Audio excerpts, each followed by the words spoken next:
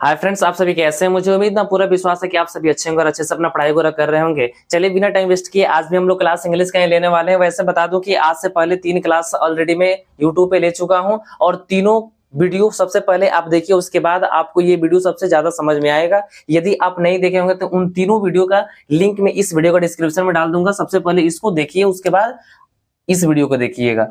चलिए यहाँ पे कल मैं थोड़ा सा जो भी पढ़ाया था उसको थोड़ा सा रिमाइंड करा दूं। कल मैं आपको वोवेल बताया था, कॉन्सोनेंट बताया था, उसके बाद नाउन के बारे में कुछ चर्चा किया था। उसके बाद ये भी बताया था कि नाउन को 2 भागों में डिवाइड किया गया है, एक काउंटेबल नाउन, एक अनकाउंटेबल नाउन। फिर बताया था काउंटेबल नाउन होता है जिसे हम लोग गिन सकते हैं, अनकाउंटेबल नाउन होता है जैसे कि जिसे हम लोग नहीं गिन सकते हैं। फिर मैं ये भी आपको बताया था कि ए एन का यूज किस में होता है और किस में नहीं होता है। मैं बताया था कि काउंटेबल नाउन के साथ ए एन का प्रयोग होता है और अनकाउंटेबल नाउन के साथ ए एन का प्रयोग नहीं होता है। लेकिन मैं प्रयोग करके नहीं बताया था, जिसे हम लोग आज करेंगे। अब यहाँ पे सबसे पहले हम लोग ए एन को कैसे सेट किया था, पहले उसका स्ट्रक्चर हम लोग लिख रहे हैं। तो स्ट्रक्चर में सबसे पहले लिखेंगे सब्जेक्ट, सब्जेक्ट के बाद लिखेंगे इज, उसके बाद लिखेंगे ए या एन, उसके बाद लिखेंगे नाउन। ये जो नाउन होगा ये आपका सिंगुलर होगा, सिंगुलर। आपको बता दूं कि एक आपका सिंगुलर होता है और एक प्लूरल होता है। प्लूरल होता है, सिंगुलर के मतलब है एक और प्लूरल के मतलब एक से ज्यादा। सिंगुलर के मतलब एक वचन, प्लूरल के मतलब बहुवचन। समझ में आया।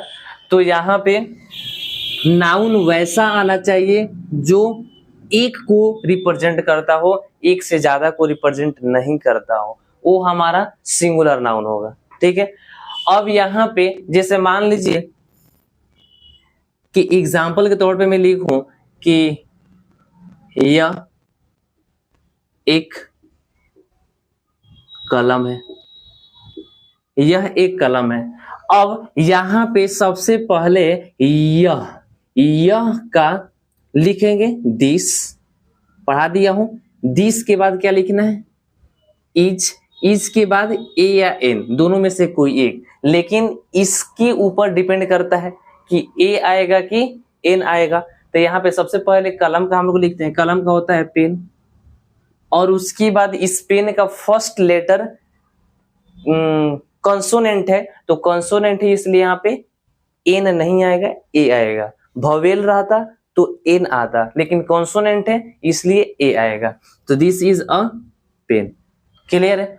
अब यहाँ पे लिखेंगे कि वह किताब है, वह किताब है। तो सबसे पहले यहाँ पे लिखेंगे वह का क्या होता है जी, डैट। सब्जेक्ट के बाद बोल रहा है कि इज लिखिए, चलिए इज लिख दिया।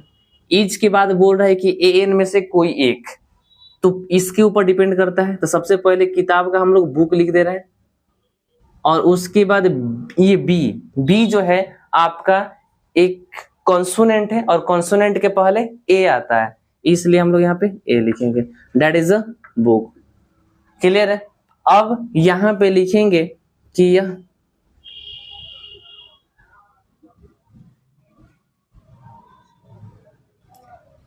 यह हाथी है, यह हाथी है। तो सबसे पहले यह के क्या होता है, दिस के बाद क्या लिखना है, इज के बाद ए एन में से कोई एक, लेकिन हाथी के ऊपर डिपेंड कर रहा है कि ए आएगा कि एन आएगा। तो सबसे पहले हाथी का लिख रहे हैं ELEPHANT, ELEPHANT। अब इस एलिफेंट का फर्स्ट लेटर हमारा कॉन्सोनेंट नहीं है, वोवेल है। तो इसलिए हम लोग यहाँ पे वोवेल के पहले एन लगता है, इसलिए एन लिखेंगे। तो क्या होगा, this is an elephant. Clear है। अब यहां पे लिखेंगे कि वह लड़का है, वह लड़का है। अब इसको बनाने के लिए आपको कुछ और मेरे को समझाना पड़ेगा। ये आप सोच रहे होंगे कि बहुत सिंपल है, हम बना देंगे, तो ये आप बना देंगे, मुझे भी पता है, लेकिन इसका लॉजिक जो है उसको बताना बहुत जरूरी है। समझ में आया। जैसे मान लीजिए कि मैं आपसे बोलूं यहाँ पे कि लड़का क्या होता है, बॉय होता है, ये लड़का एक है, लेकिन वही यहाँ पे बॉयज लिख दूं तो ये हमारा एक लड़का नहीं है, एक से ज्यादा है। तो इसका मतलब जब आप बॉय देखिएगा तो आप क्या बोलिएगा कि यहाँ पे कोई सिंगुलर लड़का है, लेकिन यहाँ पे जब आप बॉयज देखिएगा तो आपको यह क्लियर होगा कि यहाँ पे कोई एक लड़का नहीं बल्कि एक से ज्यादा लड़के हैं, ये बॉयज बोलने से, क्योंकि यह प्लूरल है और यह हमारा सिंगुलर है। समझ में आया? अब यहाँ पे यही चीज से रिलेटेड और एक बात बताना चाहता हूं, जैसे यहाँ पे आपका जो दिस है ना, दिस, ये आपका सिंगुलर है, ये दिस जो है, दिस के साथ जो ये डैट आता है ये भी आपका सिंगुलर है। दिस और डैट दोनों सिंगुलर है, और जब सिंगुलर है तो ये कभी भी एक सब्जेक्ट भर एक कोई आपका नाउन आएगा तब भी जाकर ये बनाएगा। एक से अधिक यदि नाउन रहे तो उन लोगों को ये नहीं बना सकता है।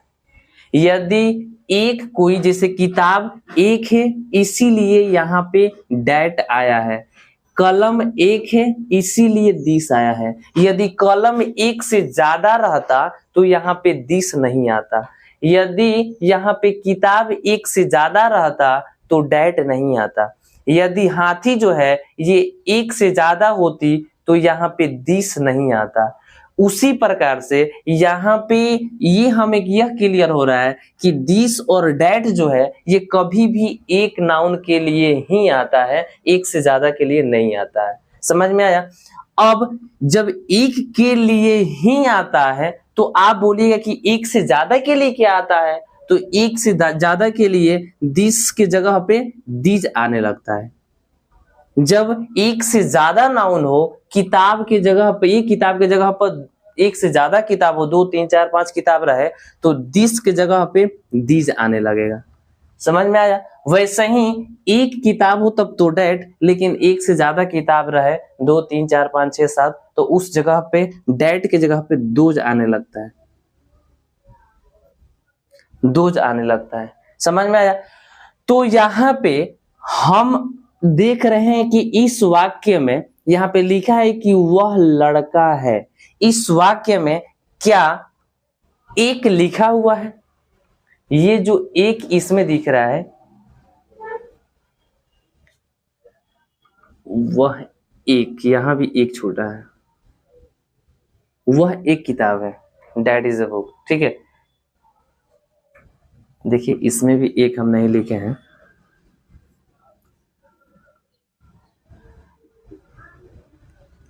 यह एक हाथी है। ठीक है, लेकिन वैसे हम एक नहीं लिखे हैं फिर भी ये गलत नहीं है, एकदम 100% सही था। लेकिन आपको यही चीज हम समझाने के लिए इसमें एक नहीं दिए हैं। समझ में आया? इसमें एक नहीं दिए हैं यही चीज समझाने के लिए। अब देखिए यहाँ पे जैसे मान लीजिए कि वह है तो वह का तो मैं डैट लिख दिया, डैट के बाद आपको इज लगाना है, चलिए कोई दिक्कत नहीं, इज भी लगा दिए। लेकिन यहाँ पे जो लड़का है तो लड़का के साथ ए लगाएं कि ना लगाएं, इन लगाएं कि ना लगाएं, क्योंकि यहाँ पे एक नहीं लिखा है।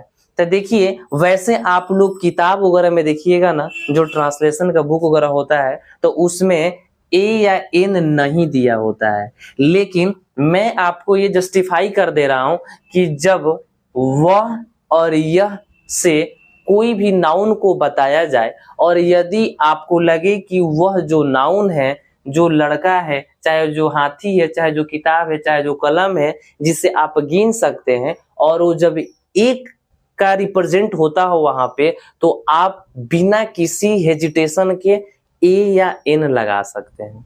यदि आप चाहें तो नहीं भी लगाएंगे तब भी सही है, लेकिन सबसे ज्यादा सही तब होगा जब आप ए या एन लगाएंगे। अब आप बोलिएगा कि सर यहाँ पे तो एक है ही नहीं तो मैं ए या एन क्यों लगाऊं? तो आपको तो अभी मैं बताया कि डैट और दिस ये दोनों जो आता है ये कभी भी एक के लिए ही आता है। तो हमें मालूम नहीं चल गया कि डैट से हम जो बना रहे हैं, जो लड़का को बता रहे हैं, तो डैट आया है तो कंफर्म है कि एक लड़का होगा तभी जाके डैट आया है। यदि एक से ज्यादा आता तो यहाँ पे दोज आ जाता, ये दोज आ जाता, लेकिन यहाँ पे डैट से बना रहे हैं तो इससे यह साबित हो रहा है कि इसका मतलब कि जो लड़का है वो एक ही है, एक से ज्यादा लड़का नहीं है। यदि ज्यादा रहता तो दो जाता, तो जब एक लड़का है तो आप 100% अ लगाइए, लड़का का बॉय लिखिए।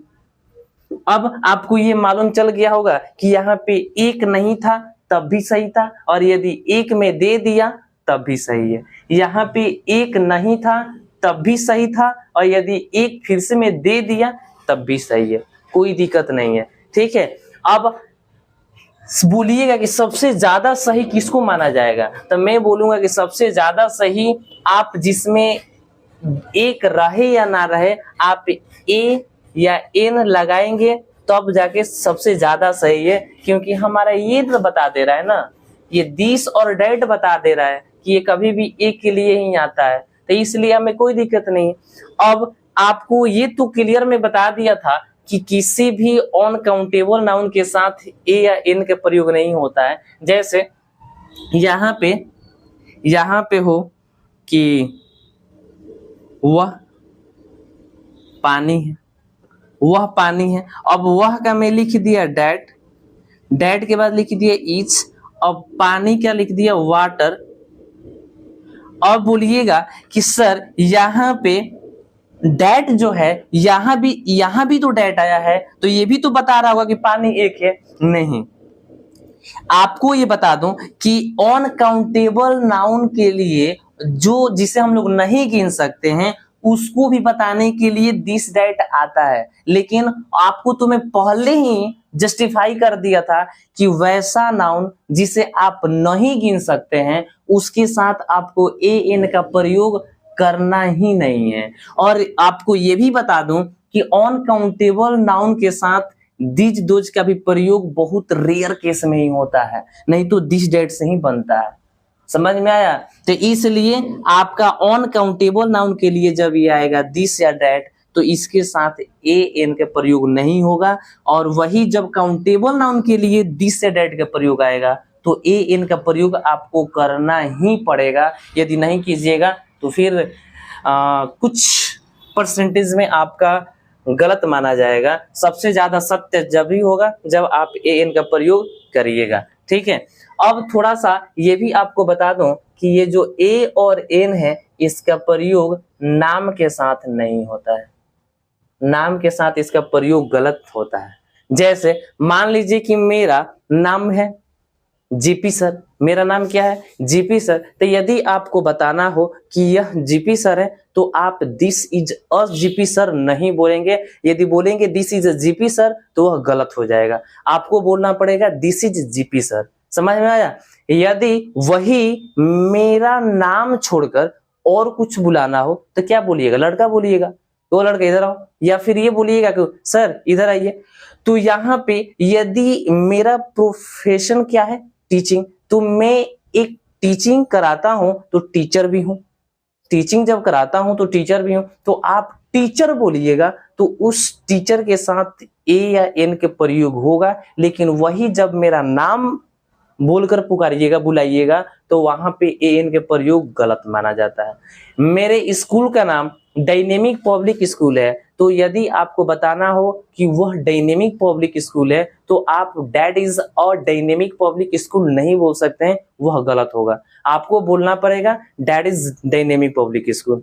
समझ में आया? वही आपको ये बताना हो कि वह स्कूल है और मेरे स्कूल का नाम नहीं बोल रहे हैं तो वहां पे ए के प्रयोग हो जाएगा, एन का प्रयोग, जैसे दैट इज ए स्कूल। समझ में आया?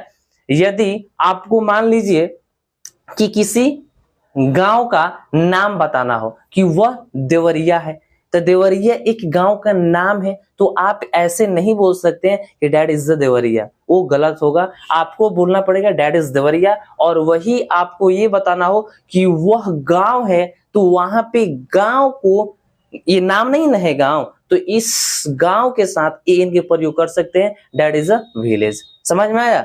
यदि मान लीजिए कि आपको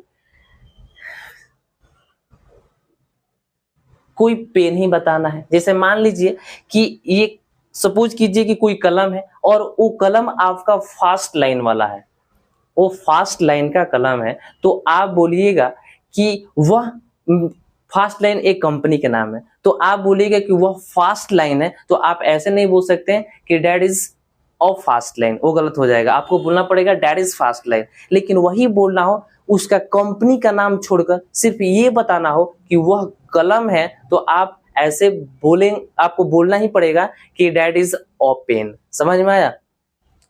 तो मुझे उम्मीद ना पूरा विश्वास है कि आपको एएन का फंडा पूरा क्लियर हो गया होगा कि एएन कब लगता है, कब नहीं लगता है। काउंटेबल ना उन्हें बताया था कि लगता है, ऑन काउंटेबल में नहीं लगता है, प्लस में नाम के साथ नहीं लगता है, और जो नाम नहीं हो और जिसे आप गिन सकते हैं उसके साथ आपको 100% लगाना ही पड़ेगा जब आप दिस और डेट से बनाएंगे तब।